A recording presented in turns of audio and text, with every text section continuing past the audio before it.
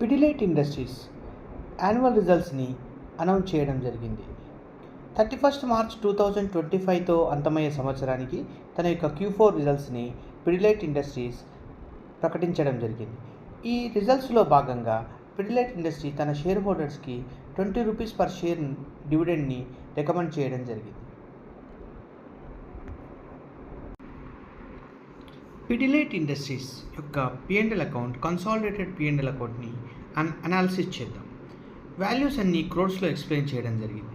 Revenue from operations last quarter Q3తో comparison చేసినప్పుడు slight డిక్రీజ్గా ఉంది, -6% డిక్లైన్ చెందింది. లాస్ట్ 24 ఇయర్ Q4తో కంపారిజన్ చేసినప్పుడు మాత్రం 8% ఇంక్రీజ్ చెందడం జరిగింది. ఇయర్ ఆన్ ఇయర్ బేసిస్ చూసినప్పుడు పిడిలైట్ ఇండస్ట్రీస్ యొక్క రెవెన్యూ ఫ్రమ్ ఆపరేషన్స్ 6% గ్రోత్ నమోదు చేశాయి. టోటల్ ఇన్కమ్ను గమనించినప్పుడు 5% డిక్లైన్ ఉంది లాస్ట్ క్వార్టర్ Q3తో కంపారిజన్ చేసినప్పుడు. 24 Q4తో కంపారిజన్ చేసినప్పుడు మాత్రం టోటల్ ఇన్కంలో 9% ఇంక్రీజ్ కనబడుతుంది.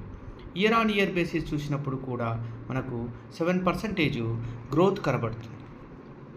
అదేవిధంగా ఎక్స్పెన్సెస్ చూసినప్పుడు ఎక్స్పెన్సెస్ -1.9 స్లైట్గా ఎక్స్పెన్సెస్ కూడా తగ్గడం జరిగింది. ఈ క్వార్టర్ బేసిస్లో చూసినప్పుడు 6.8% ఎక్స్పెన్సెస్ పెరగడం జరిగింది. ఇయర్ ఆన్ ఇయర్ బేసిస్లో 4.6% ఎక్స్పెన్సెస్ పెరగడం జరిగింది. ప్రాఫిట్ బిఫోర్ ట్యాక్స్లో 23% డిక్లైన్ కనబడుతున్నది Q3తో కంపారిజన్ చేసినప్పుడు. Q4 ఆఫ్ లాస్ట్ ఇయర్తో కంపారిజన్ చేసినప్పుడు 35% గ్రోత్ కనబడుతుంది. అదేవిధంగా 18% ఇంక్రీజ్ మనకు ఇయర్ ఆన్ ఇయర్ బేసిస్లో కనబడుతుంది. ప్రాఫిట్ ఆఫ్టర్ ట్యాక్స్ చూసినప్పుడు నెట్ ప్రాఫిట్ కూడా 23% మైనస్లో ఉంది. ఇయర్ ఆన్ ఇయర్ బేసిస్ చూసినప్పుడు 20% గ్రోత్ కనబడుతుంది. Q4 లాస్ట్ ఇయర్తో కంపారిజన్ చేసినప్పుడు 40% గ్రోత్ కనబడుతుంది. అదేవిధంగా ఎర్నింగ్ పర్ షేర్లో కూడా స్లైట్గా చేంజెస్ రావడం జరిగింది.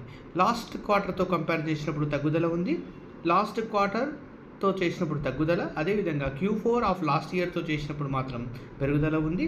ఇయర్ ఆన్ ఇయర్ బేసిస్ చూసినప్పుడు మాత్రం పెరుగుదల కనబడుతున్నది. ఇవి పిడిలైట్ ఇండస్ట్రీ యొక్క Q4 రిజల్ట్స్.